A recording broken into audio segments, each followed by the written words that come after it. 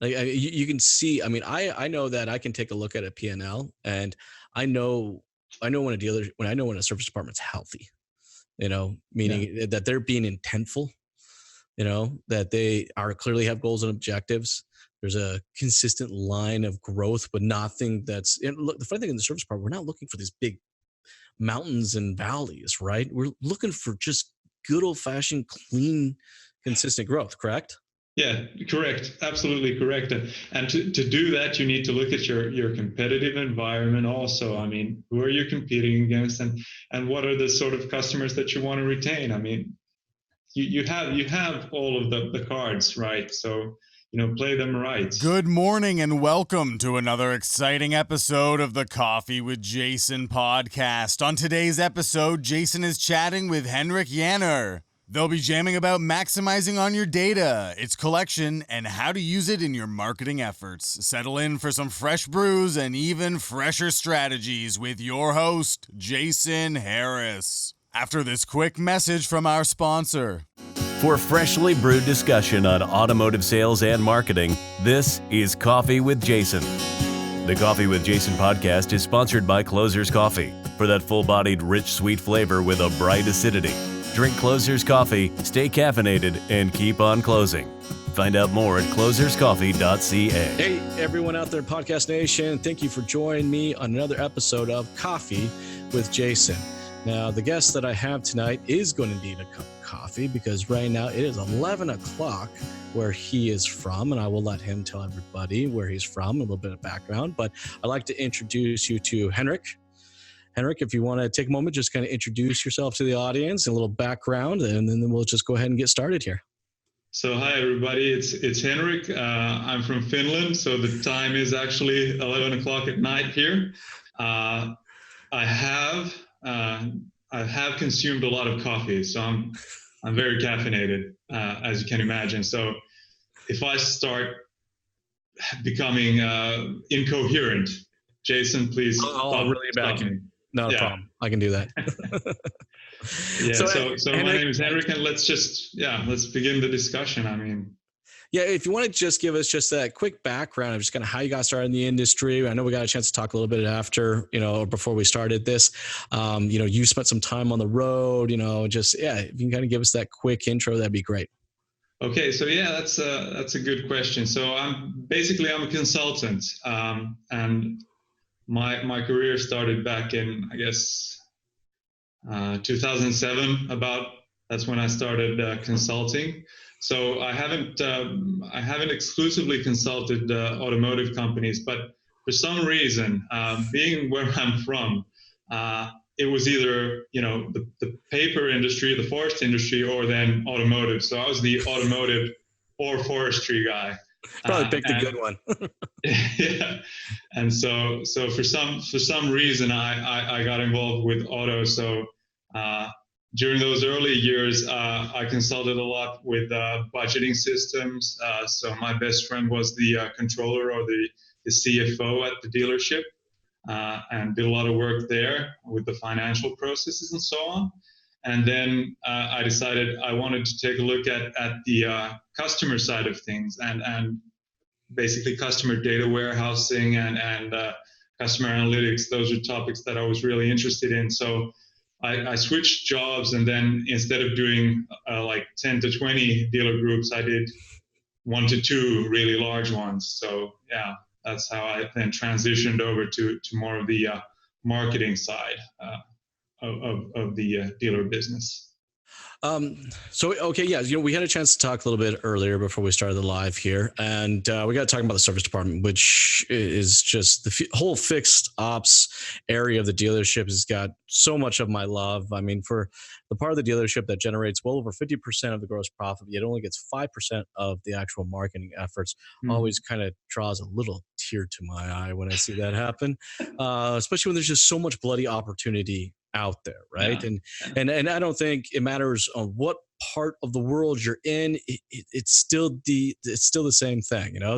There's that division between the front of the dealership and to the back of the dealership, and it seems just like all of our efforts, or so many of our marketing dollars, are constantly going into just new car acquisition, new customer acquisition, new car acquisition. It's just on and on and on and on.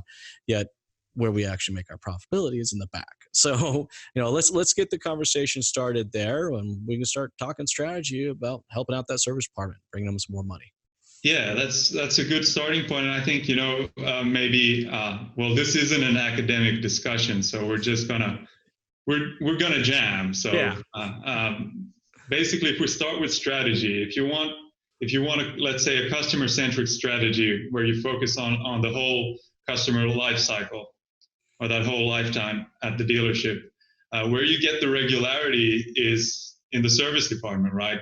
So that's where you get the patterns that you can use for marketing, and the tactics. So whether it's acquisition, you look at the kind of customers you want to bring in that you can retain, that bring value, right? And then when you look at the retention tactics, you get to see that, okay, regular service, it comes back at certain intervals. They're quite easy to, well, not easy, but they are quite periodic. So you get to forecast them, and you get to calculate a lot of cool metrics that you can use, and then win back as well, because you've had the customer, you've had that relationship, you have the data, and you can do something on the win back side as well. And of course, you have menu selling and stuff like that. So you could be a bit creative and do like shopping basket analysis and stuff like that. The service department doesn't have to be boring. I guess the glitzy part, the selling of the cars and the products and all of that stuff, that's cool. Don't get me wrong, but service department is pretty cool too. Yep, absolutely. Yeah. Well, and I think what the key word is, you use the word data, right? I mean, when we talk about data points within a dealership, I mean, yes, there's some data points up front, but, there are some dealerships, it's a 50-50 if we're actually measuring those data points up front or not, right? But when it comes to the service department, the fixed ops department, I mean, we measure everything. I mean, we know our productivity levels, we know our effective labor rates, we know our profitability on every single minute that we are open behind in the back in the service department, right? So I think what it is for a lot of strategies when it comes to the service department, for people that are listening and watching to this, is what data? There's so much data. What data should they start to look at so they can formulate a good strategy for their dealership? That's right. And that's where a good strategy comes in, right? That's because the strategy should tell you, this is the data we should look at. Mm-hmm. And this is the data that may be interesting. Okay, maybe take a look at that later, right? So if you want to, let's say, maximize customer value, you would integrate your data on the customer. Mm-hmm. And that involves a lot of, quote unquote, boring stuff. I don't personally think it's boring. I don't either. I get pretty geeky about it. I thoroughly enjoy it. That's true. So, I mean, it's all about the strategy, right? So, okay, profitability is one thing that's very central. How you run and operate a service department. You look at service advisor efficiency and tech efficiency. That's one part of the puzzle. But the other is, extracting maximum value from your customers so that you profit for the long term. That's something I think that's the key, right? It's profit for the long term. I mean, look, at the end of the day, we all want to extract as much profitability as possible, but there's this fine balance of extracting enough profitability, but at the same time, maintaining that retention rate, that's reasonable. And I was just at a dealership recently, and they were boasting, just smiling from ear to ear on how much of an increase they increased their dollars per work order. But I was looking at that, and they've done this over the course of 9 months. Now, when I start to correlate that data to actually their retention levels, you could actually see as they started to increase or kind of go over a certain threshold in their dollars per work order, their retention levels actually started to drop as well. I mean, you might be able to get someone, you get someone in to come in for that, $1,000 work order. Hey, that's great, but the probability of them coming back again is pretty damn low. That's true. Yeah, that's true. And I guess, you have to have that data, right? So you need to know your retention levels, and you need to be able to track them. Now, I don't know, Jason, what it's like in Canada and at your customers. Do they track things like this systematically? Let's say if you have a new assignment, is that sort of customer life cycle thinking in place already? You know what? For a lot of the dealer management systems we have here, they do actually a pretty decent job of measuring some of these KPIs, right? But we do a real crap job at the dealership level of really taking that data and kind of putting it into a strategy. But I want to get your thoughts and opinion on this, because I have a theory on why this actually happens. My theory is the reason that we don't really utilize the data is because we never really had a goal and objective truly defined in the first place. Do you see the same thing?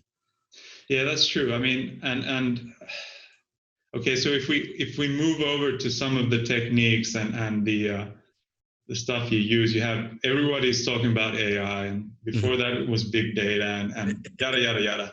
Basically, it's the same thing. It's math, or it's statistical mathematics. Yep.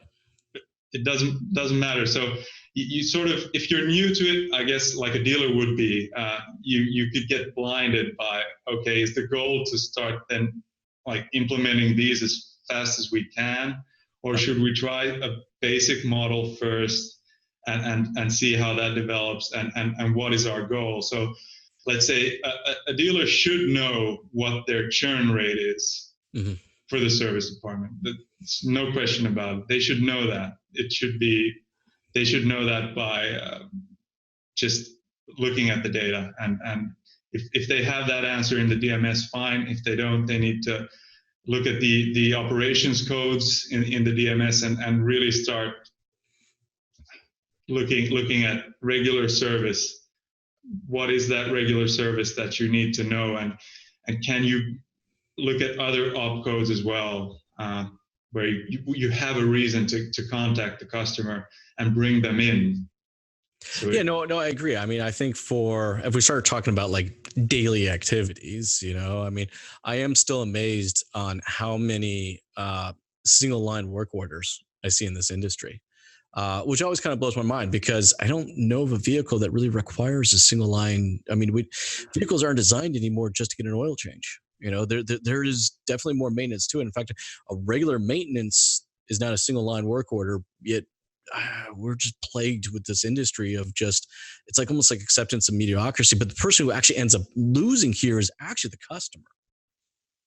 It's not, yes, we're losing the profitability, but the customer is the one that's actually losing on the proper maintenance of the vehicle in the first place. That's true. So I'm gonna give you an anecdote. So we're in the middle of, or it's at end of summer cottage season here in Finland. So yeah. So my father-in-law has a cottage, of course, and I get to travel there. And it's a winding road, and it's not all that good. And my car's tires are quite old. I'm trying to keep them so I can stretch it out as far as you can. Yeah, sure. And boy, did that backfire on me, because I got a flat. And not only did I get a flat, but my father-in-law helped me then take off the wheel, and he looked at my brakes and said, your brakes are pretty worn. I wouldn't want my daughter to drive that car, man. and before you know it, my wife and her dad are at the dealership looking at new cars, and I'm like, hey, wait, hold up. How did tires and a brake job turn into a brand new car? Yeah, that's amazing. But getting back to my point is I serviced the car at the beginning of the year, and it was quite an extensive service. So why didn't they fix my brake pads at the same time? I mean, come on, guys. It's Simple. So I mean, if we don't present it, we're just doing it's just a disservice to the customer. You know what? There's actually something I've really been interested in. I have not seen this so far on the automotive side, but you do see this in like big, I have a brother-in-law who big landscaping company, right? So, big heavy duty machinery, and with him, it's what's kind of called like a proactive service agreement. It's like they know that after 120 hours of use on this machine that, just statistically, I don't know, for example, the alternator goes. Okay. They just know that, right? Yeah. So instead of waiting for the alternator to go, they just statistically look at how long the part lasts. All right. And actually proactively replace it. Yeah. Which is huge for him, because if that machine is down, that's a tremendous loss of money. I don't know why, with the amount of data that we have, we could not adopt the same type of mentality or philosophy within the automotive industry. What are your thoughts on that? Well, I think that's exactly what this question is about. I mean, your customers, if you're a dealer, you have customers that they make a lot of money at their jobs, right? So it's a huge inconvenience to bring in the car and have it serviced many times when you can. And another thing, I think there may be an apprehension about forecasting. It doesn't have to be perfect if it's for marketing. It has to be actionable. So you can have quite a large error around your point forecast. Sure. But it can be really, really useful to communicate in time. And if you look at the data and you think, okay, well, I wonder when this customer should change tires or come in for an alignment or whatever, you should perhaps, as a dealership in a service department specifically, always measure the tire tread. Yes, something like that. So don't only think about the stuff you're doing for that service. Think about the data actions you'll need in the future. And that may not be obvious. So, I mean, yeah. But that's a perfect example, right? I mean, look, do you regularly service at this dealership? Is this your normal place where you go? Yeah, that's where I go. Okay, so I mean, if they were measuring the tire depth every single time that you had gone for each interval, all right, they would be able to recognize quite quickly that, your wear was at a faster pace than what, the average vehicle was. All right. Proactively come in saying, hey, look, you travel more. Okay. We're seeing you more. All right. These tires, or wherever you're driving or however you're driving. All right. The tread is coming down faster than normal. Let's be proactive here. Right. Yeah, sure. And I think especially for the older vehicles, right, that have the more expensive services, I get that it's tough for dealers to retain these customers, but that's obviously where you have most of the service history. So you have intervals, and you have mileage, you have measures at each time they come in for service, right? So you can start calculating like the average sort of tire erosion. I'm using the wrong term, and someone will correct me here. That's cool. It works. But things like this. So if you use a bit of your imagination, you can do simple, or let's say fundamental stuff with the data that you have. Well, yeah, I mean, look, they could even, if they didn't want to sit down there and actually do the math, like if you go back and ask your technician right now, any technician, anybody who's watching this or listening to this, okay, go back to the service department right now and ask them, what are probably the 5 most common, big ticket items that have to be replaced. It's like, I got a buddy of mine who works at an Audi dealership.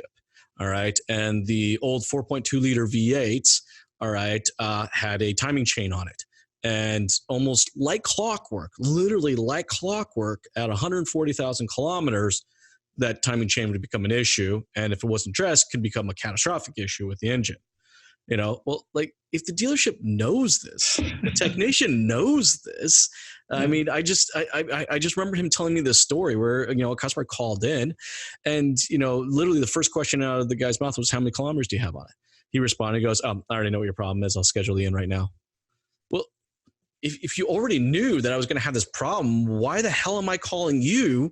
Why the hell weren't you calling me? I just think I think in our, and the cool thing is what we're talking about here is not costing you like money. This is just time.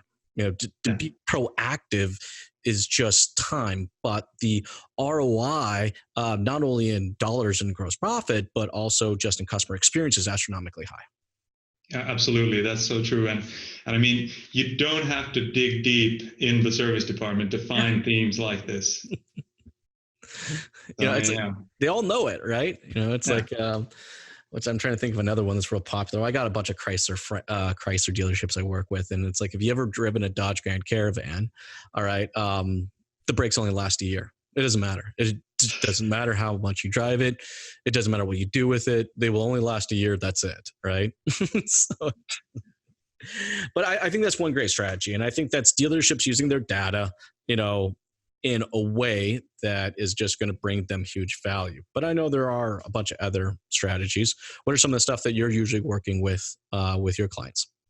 So basically what we usually look at is we look at the churn, right? So we look at who's at risk, when are they at risk? Real quick before I go any further, because I think there are some people listening here that may actually not know what the term churn actually means. Okay, so let's take a step back and let's move out of the automotive space for a minute. So churn is usually something that you look at if you're a large telco. Mm-hmm. So you have a subscription, and when someone leaves you, the customer quits. It's observed. So I mean, you can see from your contracts, okay, that contract is ended. This one is still on, and so on. So when you talk about the service department and service history, so you may have a part of the data, you may be selling service contracts where churn is equally observed, right? Mm-hmm. So you get to see, okay, so that service contract ended, they've left, fine. But then you have most of the customer database is such that churn is not observed. You don't know if for sure if a customer has left you or not. And in fact, someone may say that, oh, you shouldn't use the term churn for this kind of stuff. But I'm going to use it anyway because sure. If you're a practitioner, it's a good term to use. But so basically, you'd have to estimate from your data whether or not a customer has actually churned based on their previous service history. Yep. Right. So that's the challenge. Once you know that, then based on that sort of variable that you put in your marketing database or DMS or your vendor takes it under their control or whatever. Once you have that, then you can start modeling stuff. Mm-hmm. So then you can start modeling. Okay, so we know that the mileage pattern is this, and the frequency is this. You know the service purchase behavior. You know stuff like that. And if they have your services or services like yours, they'll also have the campaign data. So they'll know. So we made a churn offer. This worked, this one didn't, and so on. And you integrate that into the model. And that's really fundamental. So if you think about what the major issue is for dealerships, and I know this is true in the US, okay, there may be sort of regional differences, but their customers are leaving. They come to the service drive and then you never see them again. That's a huge problem. Because they're so focused on acquisition. I mean, they spend so much time focused on acquisition. And also when to your point before too, is creating these campaigns. And I think it's important that we kind of call it that campaign, is that, there are still a tremendous amount of dealerships that when it comes to their service marketing efforts, and a lot of times their sales effort, marketing efforts as well, is that they believe in this one size fits all crap. Like, let me send out a discounted oil change to my entire database, and I'm going to call that service marketing for some reason, which is crap. Yeah. It's no good. I know someone said, and this is not quite accurate either, but someone said if you don't measure your marketing, or if you do a spray and pray like that, you may as well call it advertising. Well, but that's actually a good point. Actually, it's funny that you say that, because I've always I've said that a lot, is that, it's like, marketing, the difference between marketing and advertising is strategy. You actually have a real goal and objective in mind. You want to define out who your audience is going to be, and then you're going to execute on that. For the service department, I've always recommended service departments to kind of do it this way, right? It's like, I like to create 3 buckets of customers, and the parameters are quite simple. Your bucket A is a customer that come in for service every single time, no matter what you do. Like, you probably don't even have to call them. They're just going to show up and they're going to service. Their intervals are consistent, they're fine, right? Then you got a B bucket, which they can kind of miss sometimes. They might go to the local shop to get in to do their service. They may not do it at the dealership. You'll find that they're in that bucket. There might be some higher mileage stuff as well, because the warranty's out, whatever it is, right? Then you got your C bucket. These are the customers that you probably haven't seen for 12 months. And they're the ones that are highest at risk of, just like you said, just falling off. They're just going to come back, right? But I mean, for a service department to understand the relay marketing, there's 3 different and there could be more. There's probably well more than 3 buckets. I just like to simplify this for most service departments, is that the message for each one of those have to be entirely different. The A bucket customer, all right, you give them a discount off an oil change, they're going to come in anyways. So you're wasting money. Yeah. You're just literally wasting money. So look, I think it's, we got to start with that goal and objective, but then we also have to start defining out who these audience buckets are, which is what you were kind of getting into. Yeah, sure. And that comes to the segmentation part, right? But I mean, if we look at the big picture again, say you're a dealership and you're starting to focus on customer experience. You've spent a huge amount on a new service drive or service facilities. Capital expenditures are huge. And then, you notice that where are the customers? They're nowhere. And that's hugely expensive. So I think a first initial step is actually to look at how much it is costing you when you lose customers, and how much of a boon or how much profit you can make if you manage to reduce churn at even small percentages. Yes, can make a huge difference when you look at the sort of whole lifetime value of the customer. Now, when we say turn, there are different points in turn, right? I mean, we could talk about 12-month turn, 24-month, 48-month turn. What would you typically, if you were starting off a dealership, where would you want to focus? Okay, so I think the term has been sort of lost over the long line between us. So I'm talking about churn, which is attrition. So it's okay. I see what you're saying. Yeah. So when they are leaving, whether it's observed for a service contract or whether it's not observed, as in just normal service. So I mean, I guess what are you typically finding that range is? Well, it sort of depends, right? So you're talking about the buckets. Yeah. And I'm just going to jam here. I'm going to skip. That's cool. Let's do it. People are going to be so annoyed because I'm just skipping and being sort of not being really consequential here. But a lot of talk has been, or some of the posts on LinkedIn I've looked at, is how do you differentiate your dealership? There's a lot of that. How are you going to be different? Now, how am I going to segue that into what we're talking about? Well, my thinking is you have different customers. You have a heterogeneous customer database, to put it in a fancy term. That's true. Your customers are different. You just serve them, and you'll be different. Like that's my thinking. So I mean, yeah, that's what I find. So I think if you have to use a rule of thumb, if you don't have an in-house data scientist to look at the data and really see where the drop-off happens, just use a 12-month or something. But look at the data a bit. Okay, you'll see it. If you stack it up in a certain way, you'll see where the drop-off happens. And I think for us to look at the data and to really make sense of it all is that we have to start off with those goals and objectives, right?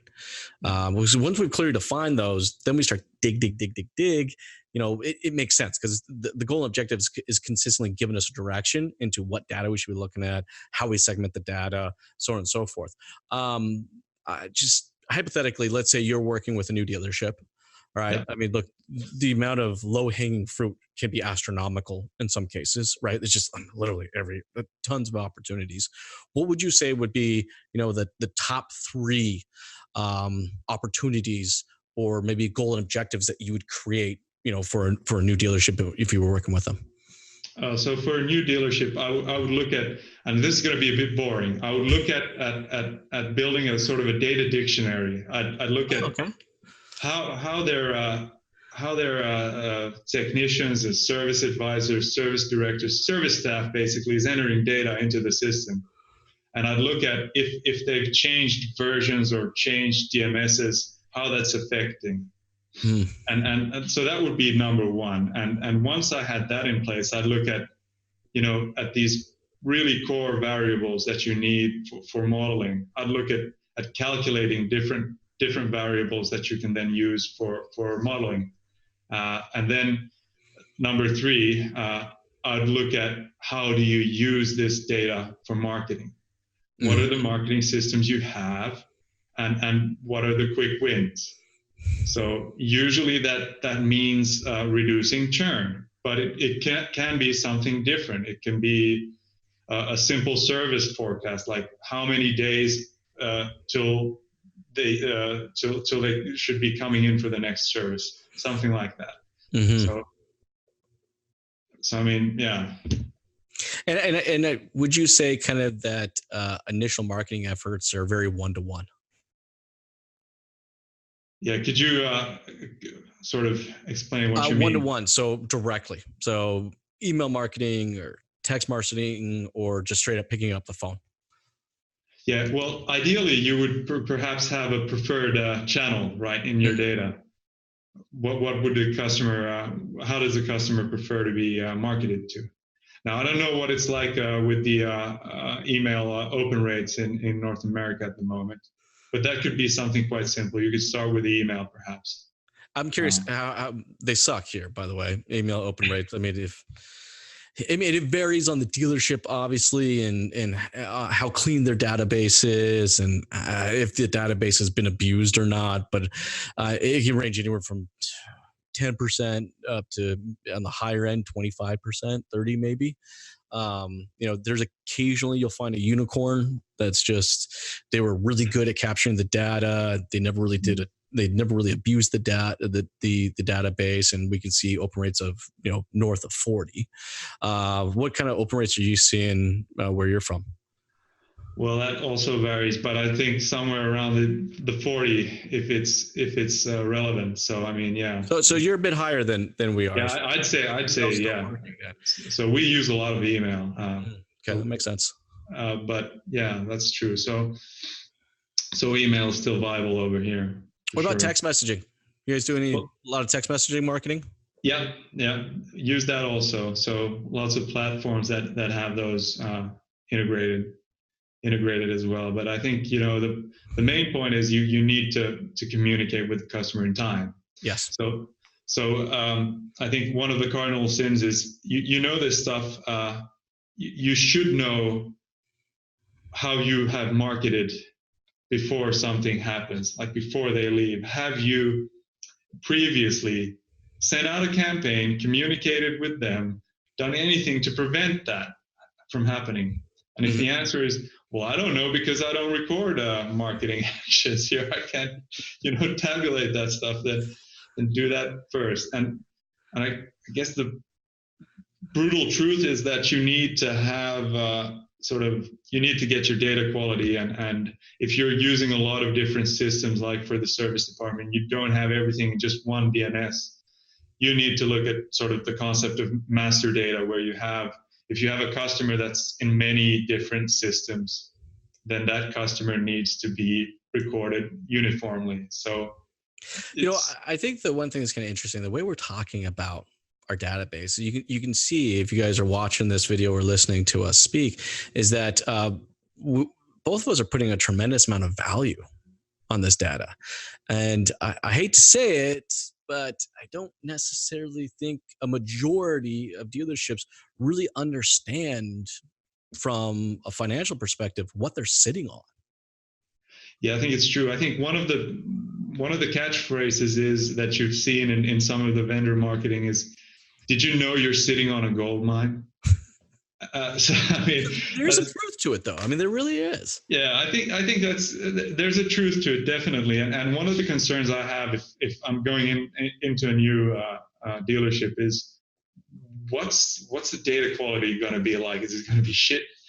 Probably, but what can you do even if it is? So low-hanging fruit, not only in the sense that something that you can do quickly, low-hanging fruit in the sense that it's something you can do regardless of how good the data is. You can add the marketing campaign stuff, and you can build it out. You can build out your data asset as time goes by, but you would need to have something in place to justify that investment. So that's my thinking. And I think that's kind of where when we were talking earlier about, when you have those goals and objectives, really truly defined, you may not know how necessarily to get to those goals and objectives, but if they're really defined, then the investment into your data, I kind of see it as a no-brainer. No? Yeah, it should be a no-brainer, and you should have a sort of dollar value on your customer database. Yeah, I mean, because it's just if my retention levels increase, my turn rate lowers. I mean, how that positively affects not just revenue but also gross profitability is just so exponential. Yeah, it is. It's true. And these sort of, if you plot those functions mathematically, they're convex. That means the lower your churn rate goes, if you lower it even more, just by a tiny bit, then that can have huge profit potentials. It's really, you need to see it. You need to calculate it. You need to have those figures. I don't care if it's a simple model and it's not quite correct. It's better than nothing. You can work from that and do more sophisticated stuff that is more accurate. But have something. There are no excuses. Well, and I still think it's a point in the dealership that if someone is not trained on what to do with it, then they need to hire outside. I kind of look at it also from the marketing side, since we do so much marketing, right? I mean, when it comes to digital marketing, we all have the same ingredients, but it's how we use those ingredients and how we layer the soup and how we develop out those flavors, and the nuances can vastly be different. Yeah. And it's the same thing with data. I hate to say it, but I think there's some truth to it. The data is only as strong as whose hands it's sitting in. That's so true. And a requirement for this kind of activity is that you have, if it's a small dealership and let's say the service manager or service director is responsible for marketing, they have to be sort of creative, right? They have to have an ambition. But it can be challenging, and I think that brings perhaps something to the job. And bigger dealerships will have marketing people, or they will have outside help that can do the creative stuff with the data. But you do need the data for these types of applications. I mean, I think it would be beneficial for a dealer principal to invest in a whole dealership, actually, just investing the entire dealership's training efforts, so that at least every manager has the fundamental understanding of what data points are actually within the dealership, and then what could potentially be used with that data. Just the fundamentals. I mean, enough to understand so that if they work with their vendors or they hold their partners accountable, all right, that they're able to do so. But I find that we kind of said a little earlier, there's a lot of vendors out there. There's a lot of snake oil kind of being sold. Mm-hmm. It's just and it's I think it's our fault as an industry that they exist, because and I am going to blame us as kind of industry dealer principal wise, is because I don't think we've done a good enough job to invest in the training of our staff so they fundamentally understand just the core relevance of what those data points are. That's true. And I think one of the good points is that, car business isn't an island. The service department isn't an island in automotive. But we treat it like one. Yeah, that may be true, right? But it's part of that subset of services marketing. And when you're in services marketing, you can catch up, you can read, you can sort of educate yourself on these things also. So, I mean, and of course it takes leadership to have the training and so on, but the best thing would obviously be to have ambitious people that can sort of abstract a bit and get into it. And if you're a service advisor, at least in the States where it's a commission model, I've been listening to some of the podcasts, and I have to say, with the numbers they're quoting, the pay some of these service advisors are getting, I'm like, what? How much? Like, just huge amounts of money they're making by being intelligent, having the right text, and being efficient. Yep. Imagine if you had a really rock star service advisor that could use data. Okay, I need to call this customer in. They have this need. I have something I need to tell them, and then every day they have that process. I mean, oh, it's a huge difference. One of the things I'm pushing for right now is really a data-driven culture. Okay. Not just in the sales department, but also in the service department as well. Mm-hmm. We have operated for years as an industry of really focusing on what I call a superstar culture, right? This happens mm-hmm. in the service department all the time. You'll have 6 advisors or 9 advisors up front, and there'll be 2 or 3 superstars, and the rest of them are like, nah, but we don't really do much about it. It's like we're constantly always trying to hunt for these megastars, these superstars, right? But we don't spend enough to actually collectively develop out the team as an entire effort. Do you see this happen as well? Yeah, I think the point is, or one point in relation to this is, if you map it back to your customer base, like all of your customers won't be super loyal, big spenders, right?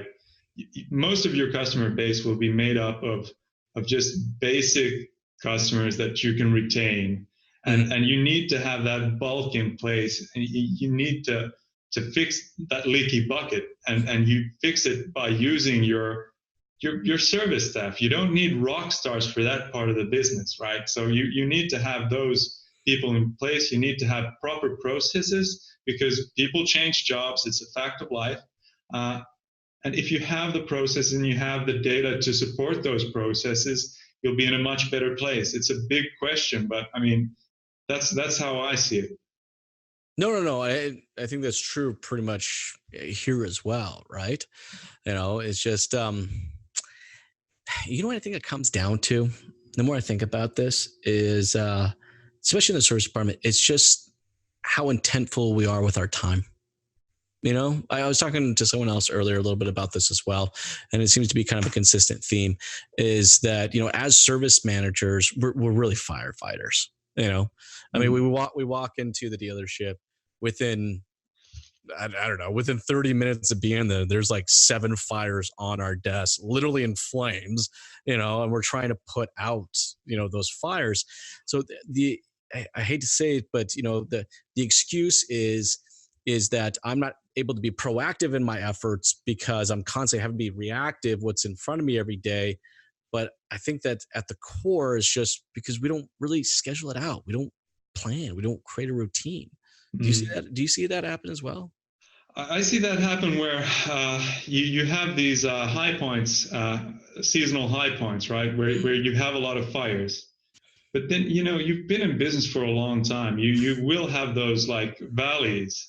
So how do you keep it consistent? Like, you have to have the calendar has to be filled to make profit consistently. So how do you fill those gaps? I mean, when there's more time in the service department, and if you're saying you're a service manager and there never is any time, well, That's a tough question. But do you hate that? I can't stand it when I hear that. yeah.